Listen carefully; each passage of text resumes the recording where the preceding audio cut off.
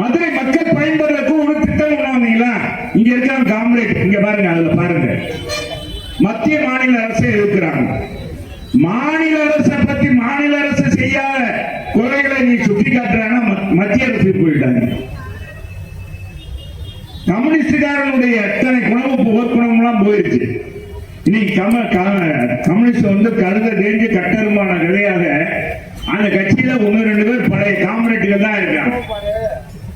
அந்த போர்க்குணம்லாம் இல்ல. இன்னைக்கு கட்சி அடமானம் வச்சுட்டாங்க திமுக. ஏன் அங்கன்வாடி பணியாளர் போராடுறாங்க, தூய்மை பணியாளர் போராடுறாங்க, ஆசிரியர் போராடுறாங்க, பகுதி நேர ஆசிரியர் போராடுறாங்க, அரசு ஊழியர் போராடுறாங்க. இந்த ஆட்சியில் என்ன நடக்குது? பூரா போதை கலாச்சாரம், திருக்கு போதையாக இருக்கிறது. மாணவர்கள் எல்லாம் இன்னைக்கு பாதை மாறி போகிறார்கள். மன வருத்தமாக இருக்கிறது. நம்முடைய முன்னாள் ஜனாதிபதி விஞ்ஞானி அப்துல் கலாம் என்ன நினைச்ச? பெருத்த இளைஞரை கொண்ட தமிழ்நாடு, பெருத்த இளைஞரை கொண்ட இந்தியா, அடுத்து வல்லரசாக வேண்டும் இவருடைய கனவு காணுங்க. வல்லரசாக கனவு காணுங்க. இன்னைக்கு என்ன பாதையில போய் கொண்டிருக்கிறது? திமுக தொடர்ந்தால் இந்த நாடே சுடுகாடாயிடும். இங்க பாருங்க, இங்க ஒருத்தர் இருந்த ஒரு வயசானவரை கொண்டு போய் அங்க சேர்க்கிறதுக்கே பெரும்பாடாகி போச்சு. நம்ம ராமச்சந்திரன் சொன்ன மாதிரி வீரன் சரக்கு இன்னைக்கு அதை நேரடியாக பார்க்கிறோம். வீரன் சரக்கு கொடுக்குறாங்க இல்லையா டாஸ்மாக்ல. அந்த வீரன் சரக்கு அடித்தா என்ன ஆகுன்றத 70 வயசு தாத்தா வீரமாக காட்சியளிக்கிறார். இன்னைக்கு டாஸ்மாக் கடையில் அந்த அளவுக்கு மோசமாக இருக்கிறது. இன்னைக்கு கனிமொழி சொன்னாங்க, இளம் விதவைகள் தமிழகத்தில் அதிகமாகிட்டாங்க அதிமுக ஆட்சியில அப்படின்னா. இன்னைக்கு அவங்க ஆட்சியில இளம் விதவைகள் மட்டுமில்ல, இன்னைக்கு பார்த்தா பெண்கள், இளைஞர்கள் அத்தனை பேருமே பாதை மாறி இன்னைக்கு போதைக்கு அடிமையாகிவிட்டிருக்கிறாங்க. பெருத்த அவமானமாக இருக்கிறது.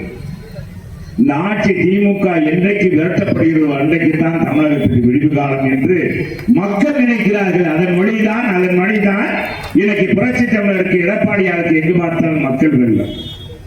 எங்கு சென்றாலும் சிறப்பாக இருக்கிறது. இதை பார்த்து இன்னைக்கு கலைஞருடைய மகன் ஸ்டாலினுக்கு பொறுக்க முடியவில்லை, தமிழக முதலமைச்சருக்கு பொறுக்க முடியவில்லை. அது மத்திய அரசோடு இன்னைக்கு பாரதிய ஜனதாவோடு இணக்கமாயிட்டோம் அப்படின்ன உடனே அவருக்கு இன்னைக்கு காய்ச்சலே வந்து விட்டது. திமுகவுக்கு என்ன செய்யறதே தெரியல. மதவாத இயக்கம் என்றாங்க. அந்த கட்சியோட ஆட்சியில இருந்தவங்க, அவங்க பங்க வைத்தவங்க, அவங்க பாரதிய ஜனதாவோட கூட்டணி வைக்கும் போது நீங்க இல்லையா எங்களை அடிமை என்று சொல்றதுக்கு திமுகவுக்கு என்ன யோசனை இருக்கு? 2016 நீ என்ன செஞ்சீங்க? என்ன நடந்தது? அறிவாலயத்தில் மேல ரெய்டு நடக்குது. தயாளமான கேள்வி கேட்டு இருக்கா சிபிஐ. கீழே கூட்டணி பேச்சுவார்த்தை காங்கிரஸோடு நடந்ததா இல்லையா? இல்லை என்று மறுக்க முடியாது. 2011 எந்த காலத்திலும் திமுக காங்கிரஸோடு கூட்டணி வைக்காது என்று சொன்னவர் தானே கலைஞர். அதை காட்டிலும் நான் காங்கிரஸோடு கூட்டணி வைத்தால் பிரச்சாரத்துக்கே போக மாட்டேன்னு சொன்னவர் தான் இன்னைக்கு இருக்கிற முதலமைச்சர். அவர் தான் இன்னைக்கு காங்கிரஸை இன்னைக்கு கட்டி பிடித்துக் கொண்டு இருக்கிறார். இன்னைக்கு கூட ஒரு சின்ன சம்பவத்தை நான் ஒரு பத்திரிகையில பார்த்தேன். சீமான் சொன்னது மாதிரி திமுக மட்டும் நம்மள மாதிரி 2016 எப்படி தனித்து நின்று நம்ம ஆட்சியை பிடித்தோம் இல்லையா, அது மாதிரி நீ தனித்து நின்று நீ வெற்றி பெற முடியுமா? தனித்து நின்றா திமுக 8% வாக்கு கூட கிடைக்காது. சீமா ஒண்ணு அது தங்கமா சொல்லியிருக்காரு. உண்மையான நிலவரம் இன்னைக்கு மக்களுடைய எதிர்ப்பு அலைகள். ஏன்னா இன்னைக்கு மதுரையில மட்டுமல்ல, எங்குமே இன்னைக்கு எந்த வளர்ச்சி பணியும் நடக்கிறது. 100 நாள் வேலை திட்டத்தை 150 நாளாக கூட்டுவோம். 100 ரூபாய் கேஸ் மானியம் தருவோம். நீட்டு தேர்வு ரத்து பண்ணுவோம். மாதம் ஒரு முறை மின் கட்டணம் கணக்கெடுப்போம். இதெல்லாம் எங்க போச்சு? டாஸ்மாகை மூடுவோம். எங்க போச்சு? இன்னைக்கு நமக்கு இந்தியாவிலே அதிகமாக மதுவிலக்கு மூலமாக வருமானம் வர்ற ஒரு மாநிலம் என்றால் தமிழ்நாடு. 50,000 கோடி வருகிறது. 50,000 கோடி எவ்வளவு கேவலமாக இருக்கிறது. இன்னைக்கு எல்லாரும் நம்ம காலத்துல என்ன செஞ்சாங்க? அதிமுக ஆட்சி காலத்துல ஒவ்வொரு ஆண்டும் நம்முடைய நீட்டு தேர்வுல எவ்வளவு பேர் வெற்றி பெற்றாங்க, SSLC எத்தனை சதவீதம் வந்தது, எத்தனை சாதனை படைக்கும் அப்படின்னு தான் நம்ம பார்ப்போம். இப்ப ஒவ்வொரு தீபாவளிக்கும் எவ்வளவு சரக்கு நீ வித்தது இன்னைக்கு கணக்கு போடுறான். திமுக ஆட்சியில் இன்னைக்கு எவ்வளவு தூரம் விற்கிறது, இந்த ஆண்டு கூடுதலாக விற்கணும் அப்படின்னு சொல்றாங்க. ஒவ்வொரு ஆண்டு கூட விற்கணும். அதுக்கு திமுக இன்னைக்கு அது வரைமுறை வைக்கிறாங்க. இந்த அளவுக்கு மோசமாக இந்த ஆட்சி. நாங்க சொல்லல, தமிழ்நாட்டு மக்களே இன்னைக்கு விரும்பி கூட நீங்க உதயசூரியன் பக்கம் திரும்பி கூட பார்க்க மாட்டாங்க.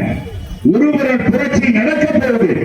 அது 67 நடந்த மாதிரி எப்படி காங்கிரஸ் பேரறிஞர் தந்தை அண்ணா அவர்கள் சாதுரியமாக எப்படி வெற்றி பெற்றாரோ, காங்கிரஸ் ஆட்சியே இந்த மண்ணில் இல்லை என்ற வரலாற்றை படைத்தாரோ, எனக்கு எத்தனை ஆண்டுகள் 67 பிறகு இன்னைக்கு எத்தனை ஆண்டுகள் ஆகிவிட்டது பாருங்க.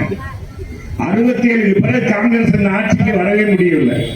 அதே மாதிரி 26ல இனிமே திமுக என்ற கட்சியை ஆட்சிக்கு வர முடியாத என்ற நிலையை உருவாக்க போறவர் அண்ணாவுடைய மறுபிறப்பாக இருக்கின்ற எடப்பாடியார் என்பதை நீங்கள் எல்லாம் புரிந்து கொள்ள வேண்டும். செய்திகளை உடனுக்குடன் தெரிந்து கொள்ள கீழ்கண்ட கேபிள் மற்றும் DTH நெட்வொர்க்குகளில் எம்நாடு செய்தி தொலைக்காட்சியை காணுங்கள்.